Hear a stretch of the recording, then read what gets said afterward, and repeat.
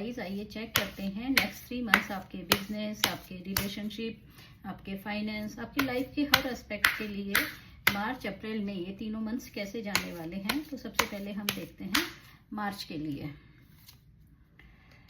तो मार्च महीने के लिए आप हो सकता है कि आप अपने आप को कंडीशन कर रहे हैं, क्योंकि मार्च के लिए कार्ड आया है कंडीशनिंग।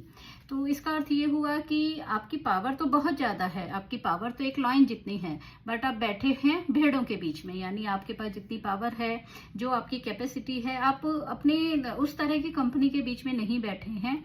आप अपने से लोअर कैटेगरी के लोगों के बीच में बैठे हैं और आप सोच रहे हैं कि आपके अंदर भी अब कोई पावर नहीं बची है, क्योंकि जैसी संगत वैसी रंगत। हम जिस तरह की संगत में बैठते हैं, हमारी सोच, हमारा व्यवहार, हमारा सब कुछ उसी तरह का हो जाता है। आपको ऐसा लग रहा है कि आप जंजीरों में जकड़े हुए हैं, बट नहीं, आपके अंदर वो पावर है कि आप अपनी इन जंजीरों को तोड़ सकते हैं।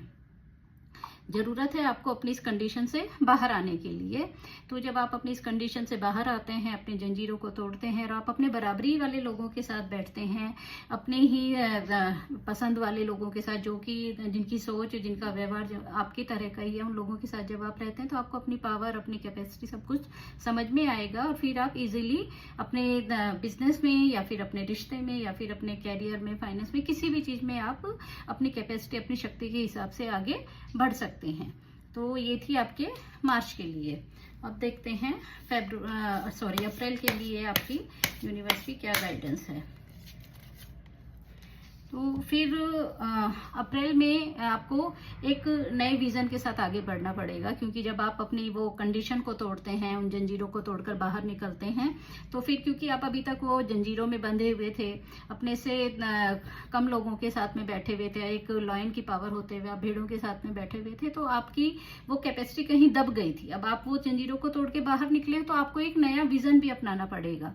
फिर वो बिजनेस है या आपका रिलेशन है या फिर आपका कैरियर है, फाइनेंस है, लाइफ का कोई भी एस्पेक्ट है, आपको नए तरीके से आपको आगे बढ़ना पड़ेगा। आपको एक क्रिएटिव तरीका अपनाना पड़ेगा। आपको एक नया विजन देखना पड़ेगा कि मेरे लिए क्या बेटर है। और मैं अभी तक तो कंडीशन हो रखा था, अब मैं इस कंडीशन से बाहर आया हूँ और दुनिया कितना ज्यादा आगे बढ़ चुकी है, तो उसमें मुझे क्या इतना नया कुछ करना चाहिए कि मैं इजीली अपने आगे बढ़कर ग्रोथ हासिल कर सकूं। तो और अब देखते हैं मई के लिए यूनिवर्स आपको क्या गाइडेंस देना चाह रही है। द लवर्स, मतलब कुछ कहने की जरूरत ही नहीं है, ये कार्ड खुद ही अपने आप ही सब कुछ कह दे रहा है। जब आपने अपने जंजीरों को तोड़ा, कंडीशन की, जब आपने न्यू विजन अपना के आप आगे बढ़े, तो आपको सब कुछ बहुत ही अच्छा, बहुत ही पॉजिटिव, फुल ऑन अबेंडेंस से भरा हुआ मिलता है, क्योंकि lovers card is a very positive, very lovely card, बहुत ही प्यारा कार्ड है ये। तो ये कार्ड शो करता है कि अगर आप किसी नए पार्टनर की तलाश में आगे बढ़ते हैं, तो वो तलाश आपकी पूरी हो जाएगी। आपका पहले से कोई एक प्यारा सा रिश्ता है, तो रिश्ता और ज़्यादा प्यारा हो जाएगा। बिजनेस में अगर आपने ग्रोथ पाने का सोच रखा है, तो आपको बिजनेस में भी बहुत ही ज़्यादा ग्रोथ मिलेगी। अगर आपका कोई पार्टनर है बिजनेस में, तो उसके साथ आपकी पार्टनरशिप भी बहुत ही लंबी और बहुत ही अच्छी जाने वाली है। अगर फाइनेंस में आपने कहीं कुछ इन्वेस्टमेंट किया है, तो वो इन्वेस्टमेंट आपके लिए काफ़ी प्रॉफिटेबल होने वाला है। अगर आप कोई नई जॉब तलाश कर रहे थे या फिर आप ऑलरेडी कोई जॉब में हैं, तो वो जॉब भी आपको बहुत ही प्रॉफिटेबल होने वाली है। हर तरह से ये कार्ड आपको बहुत ही पॉजिटिव, बहुत ही ग्रोथ वाला और बहुत ही प्यारा मैसेज दे रहा है।